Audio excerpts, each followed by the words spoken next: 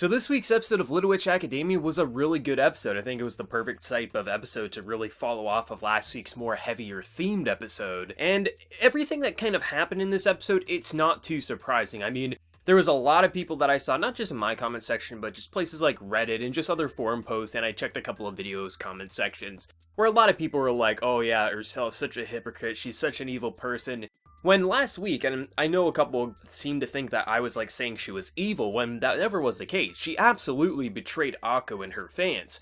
And I speculated that either A, she did it willingly, knowing that she could save magic, or B, she didn't know what she was doing, and they went with the latter. That she had no idea that she was stealing away people's magic. That was all manipulative, and obviously it was the typical Disney villain who was behind everything here. So, I mean, absolutely the people saying, like, she was evil, she was a hypocrite, she had no idea what she was doing. The only time that she knew what she was doing is when she damaged the moon. Like, that's the only time. Like, when she used that magic to steal away, she had no idea. That was all our Disney villain princess over here is saying, like, oh, you stole my dream, I'm gonna do my own thing. So it's like, yes, she absolutely betrayed Akko. Akko has every right to feel crushed the way she did, that the one she looked up to is the reason that she can't fly a broom. She's the reason that Diana lost her magic and she had to work so hard to get it back. However, she didn't do this willingly. So, the entire betrayal, it's not like she meant to do that to hurt people, and even if she did, I would still stick by saying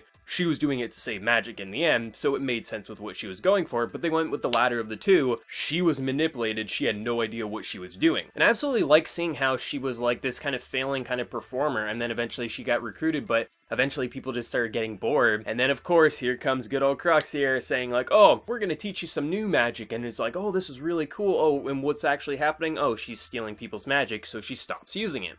So I think how they portrayed the backstory was actually really well done.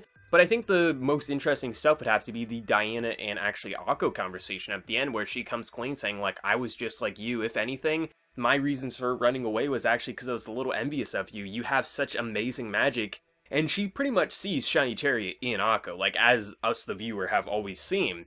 So I really like that conversation between Diana and her, because it's this kind of like, we all knew the card trade was going to come. Like, we knew she had this card that Akko didn't have, and she was going to give it, and she was going to spark Akko at some point. And I really like how their friendship is happening, because if you really look at Diana at the start, she seemed more like kind of stuck up and in her ways. But all along, like, I had this feeling like she was trying to like mentor Akko all along, and I just like how it kind of came full circle and how they're just friends again, and how the cheerful Akko is back in the game. And I'm going to be interested to see what the final word is. A lot of people are speculating it could be forgiveness, something like that, which absolutely could be the case.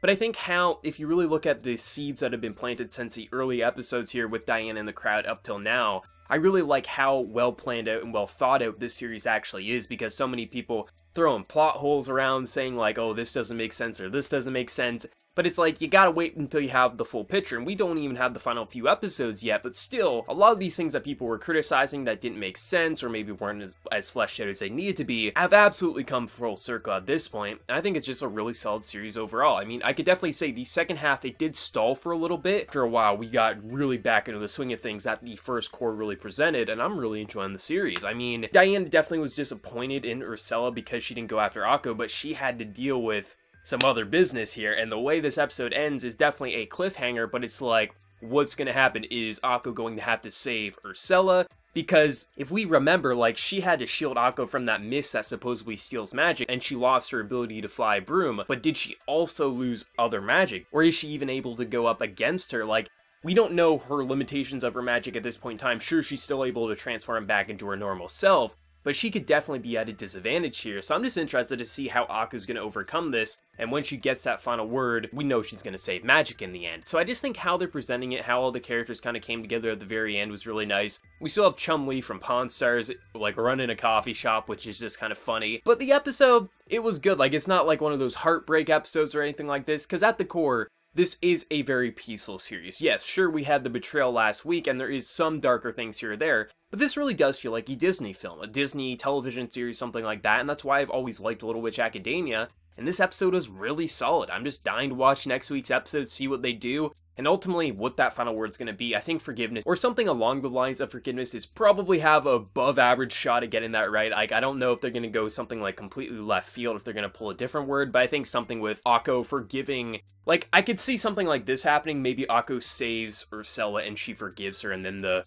final word activates and then she saves the day. I could see something like that happening, but I'm just excited to watch next week's episode, and I just really like the Diana and Akko conversation near the end of the episode. But let me know your thoughts down in the comment section below. Did you love the episode? Did you hate it? Did you want to see a bit more of a certain aspect? Let me know, and before you leave, smack that like button to show your support. If you're new to the channel, be sure to subscribe. So until next time, everyone, please take care and have a good one.